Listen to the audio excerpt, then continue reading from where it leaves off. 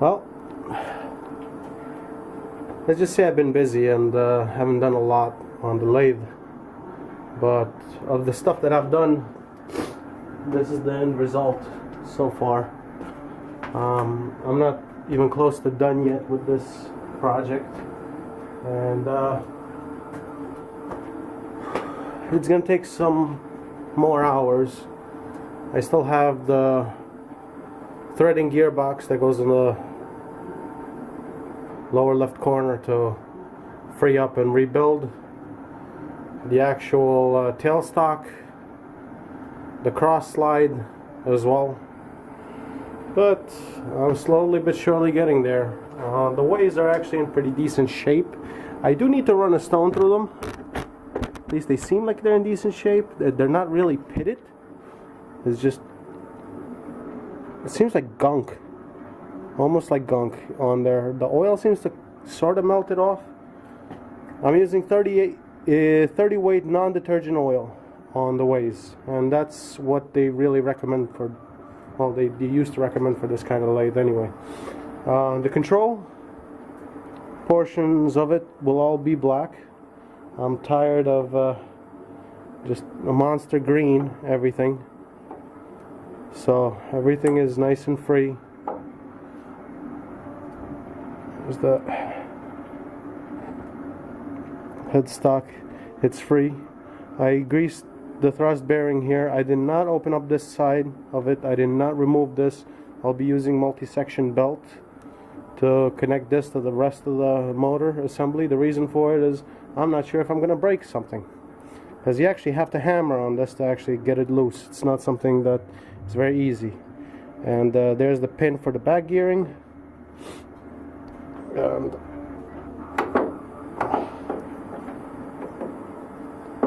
alright, there we go. Now the lathe is in back gear, as you can tell. Quite a bit of reduction. When you don't want back gear, there's the pin.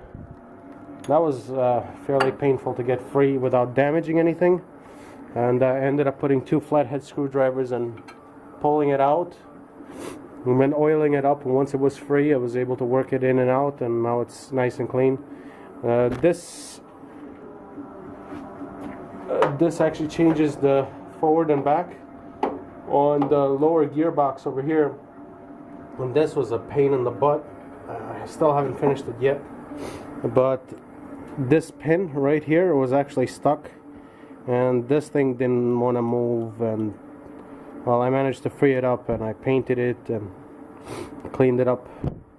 Now I got to put the pin back in here and grease everything up. The 2 gears over here are the gears that transmit the power from the headstock to the gearbox. The problem with that is both of these gears, and this was no fault of my own, I'm proud to say. I've damaged some things and repaired them, but this was no fault of my own. There's some gear teeth missing from both these gears. One of them is missing 3 teeth, the other one's missing 2 teeth. So yeah, I'm probably gonna end up brazing those teeth in and then recarving them out the old-fashioned way. One of the other things that happened, and looks like my camera is running out of battery power, is this knob. And this knob used to reside here in the actual gearbox changer. Well, this thing was actually frozen shut when I got it, so I had to heat it up and hit it, and I didn't actually hit it on the knob. As you can tell, there's no dents there, but the shock alone caused the knob to split. Now I could have JB welded this thing in, but I think I'm doing a little bit better now. I'll show you. Well, there it is. The 3D printer is in here, and it's making a replacement of this, and there's 2 firsts here. This is the first time I'm 3D printing in my basement, and the second first is this is the first time I'm 3D printing something that I designed in Fusion 360. Before I was using SketchUp, so now I'm moving up to a little bit more of a proper CAD, I guess, and I seem to be able to get a lot higher resolution on stuff like this with Fusion. Now we'll see how it works out on the 3D printer. I set it for fairly big coarse resolution. It's not like I went overboard over here because it is just a knob, but I should be able to press this replacement knob right onto the 3D printer.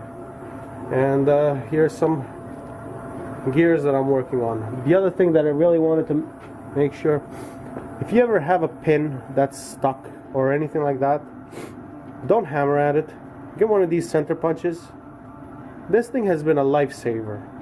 I was able to push a bunch of the pins that were basically stuck. Instead of hammering at them and mushrooming the heads and everything else, I was able to just place this in there and just center punch it a few times, and it left a little dimple, but it actually drove the pins right out. And that was great because I was able to actually press the same pin right back in, and it worked. I mean, it's the best $3 I've spent so far. In either case, this is pretty good. Hopefully the next shot will be the printer done. Alrighty, later. Well, this is the original in pieces.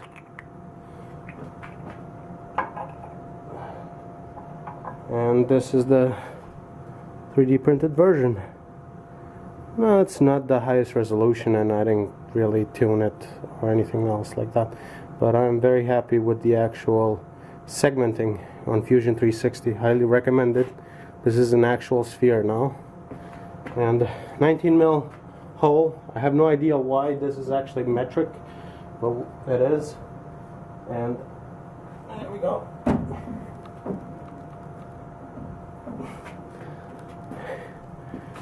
A replacement handle. Well, let's see if it works. Yep. It just misses the main body there, and the belt is loose, you know, and I can tighten it back up. This closes with no issues. So there you go. A 3D printer to the rescue. I also ended up finishing this portion of it. This guy. There's a little gearbox there with the gear with the missing teeth there.